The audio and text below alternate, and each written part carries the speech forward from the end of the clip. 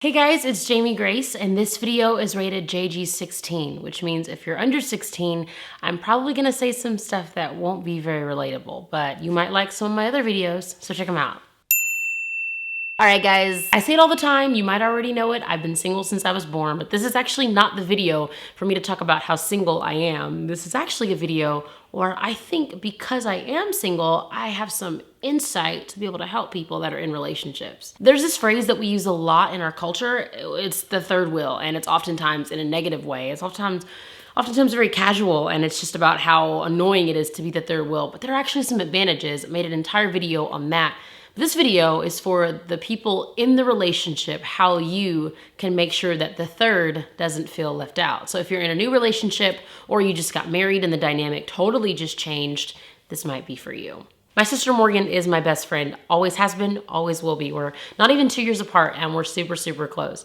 Something that I learned early on is that you can have more than one best friend, and it's actually very healthy, I think, to not only put all of your trust and hope and everything into one person. So Morgan's my best friend, and I have some other amazing best friends as well. And Morgan's married, has been married for 5 years, and he is her numero uno. When Morgan and Patrick first started dating or courting, it was difficult for me trying to navigate through how to still have this relationship with my sister and how to be like close to him, but not like besties with him. But like, I guess we should be besties if you're gonna get married. It was her first boyfriend, so I was like, I wanna hang out with the guy, but like, is he gonna stick around? But like, I know my sister's intentional, but this is so creepy. Like, do I smile at him? Do I like threaten to punch him in the throat? Like, how does this work? Where do we go from here? I think we've come a really long way from those awkward, the three of us like going to Target together and being like, oh, what do we do? Like, how do we work this out? To now, he'll be like, dude, check this movie out. Or I know this is your favorite food. Like, I know you'll like it. We're so close, all three of us now. And it's awesome. So I wanted to use my experiences to help you guys navigate through this life. I'm such a good singer. So if you're in a new relationship or you're newly engaged or you're newly married, each of those steps changes the dynamic. Again, I'm sorry, get over it. Here are some ways that you can make sure the third does not feel left out. Number one, leave an open line of communication. The third, if anything like me, will probably be really bratty and really sappy and need to express their feelings very often. Don't allow them to be a total brat. Don't allow them to manipulate you, but make sure that you allow the third to speak their heart and to say what's on their mind and to just blab about how they're feeling. Not all the time. Again, you don't want to encourage brattiness or manipulation, but you want to make sure that the third is able to say, I feel left out that I have not spent time with you in 2 months, or I feel left out that this used to be our restaurant and now you only go with him. It's very difficult when you're so single and your best friend, your number one, all of a sudden has somebody else. It can be very challenging to navigate through how to encourage them and support them, but also make sure that you don't feel like you're losing. So the third will probably have some sappiness that needs to be vented out, and you need to make sure that you're there to listen, but make sure that when you do listen, that you combat it with truth, that you remind the third that you love them, that you remind them that you're not leaving their side, that you will always be there for them, and it might look a little bit different, but it's for the better, and you'll both grow and learn together. Those kinds of conversations might be difficult, they might be awkward. One or both of you might actually cry a lot, but trust me, they're worth it. They're so good to have. I'm so glad that Morgan and I had those conversations early on. Number two is that you need to set time to hang out with the third. Now, it might not be able to be like every Tuesday at 3 o'clock or every second Monday at 5:30. Like, it probably won't be able to be that, but make sure that you have specific things that you do with the third that are your things. With my sister too, we have certain food that we love that her husband doesn't really love, or we have certain things we love to do that he doesn't really love to do. So we make sure that we set aside specific time. When I go visit them, I always have at least one lunch date or one something that's just me and her, and that really means a lot to me. It's not as often as it was when she was single, but it shouldn't be, because her life is changing and my life is changing, and we should be able to support each other as we're growing up and life is looking differented. Okay, I thought it was a bug, it was a bird.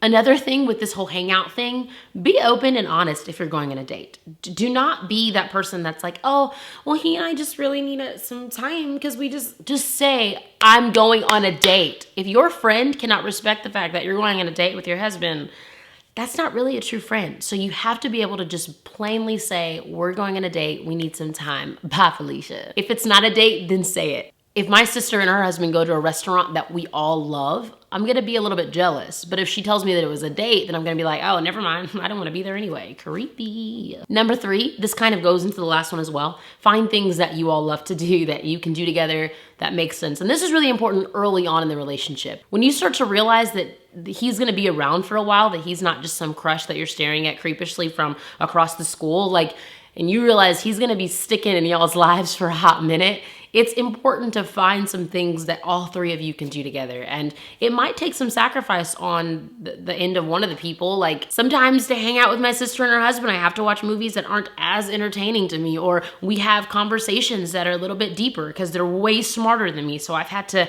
up my game on my whole intelligence situation just so that I can keep up with them, and that's okay. But make sure that you're all working together to include each other, because especially, I mean, if this is something that's talking about marriage, it's gonna be around for a while, the 3rd and the 1 and the 2, everybody's gonna be besties, hopefully besties. And last but not least, realize that the 3rd could be an amazing accountability partner. Now, everybody's morals and values are gonna be different, but especially when it comes to Christian dating and Christian courtship, Christian relationships, there are some pretty core values that, well, if you don't know where I'm going with this, then it's possible that you don't need to be watching this video. When my sister and her husband, when they were first courting or dating or whatever, and it was like the first year, Morgan and I had an apartment together. It was an off-campus apartment, and he actually lived in the same apartment complex, and we all went to school together. I wasn't all up in their business leaving Post-it notes around the living room that said, "Leave space for Jesus." But there is a time where the 3rd could actually be a really good accountability partner to hang out if you're watching a movie late at night, or to encourage you that you are doing the right thing, even if it seems stressful. Again, if you don't know where I'm going with all of this, you need to turn this video off, because I'm about to just straight up say it. If it is your goal to save sex for marriage, which we as a family, we preach it from our church, we speak it in our hearts, like, we think it is the most amazing thing when you can keep a pure heart, a pure body, a pure mind, you need to have an accountability partner, and your best friend could very well be the best person for that. To make sure that you're not doing something that looks like something else, or to make sure that you're not watching something or listening to something or sitting in a certain way that might encourage your body or your mind to think something or to want to do something.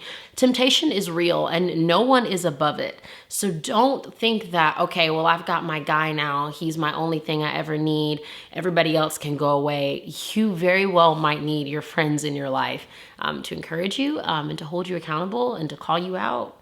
And if they see something iffy on your Snapchat, to be like, "Little girl, I'm driving to your house right now." So that's all I got.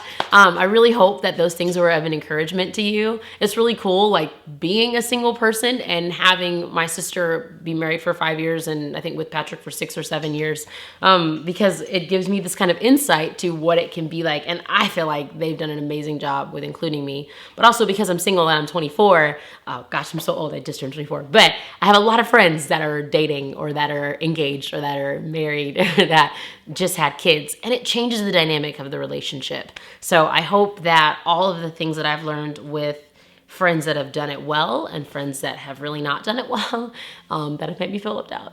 But also, well, I don't remember what I was saying, but I hope you liked this video.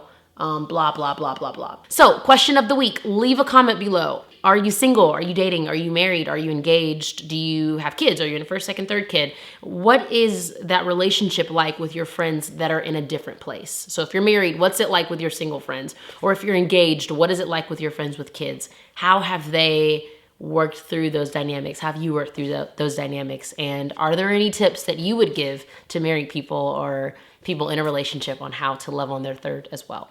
Well, I hope you had a fantastic weekend. I hope you have a great week. I'll see you next Monday. Miss you already. Bye.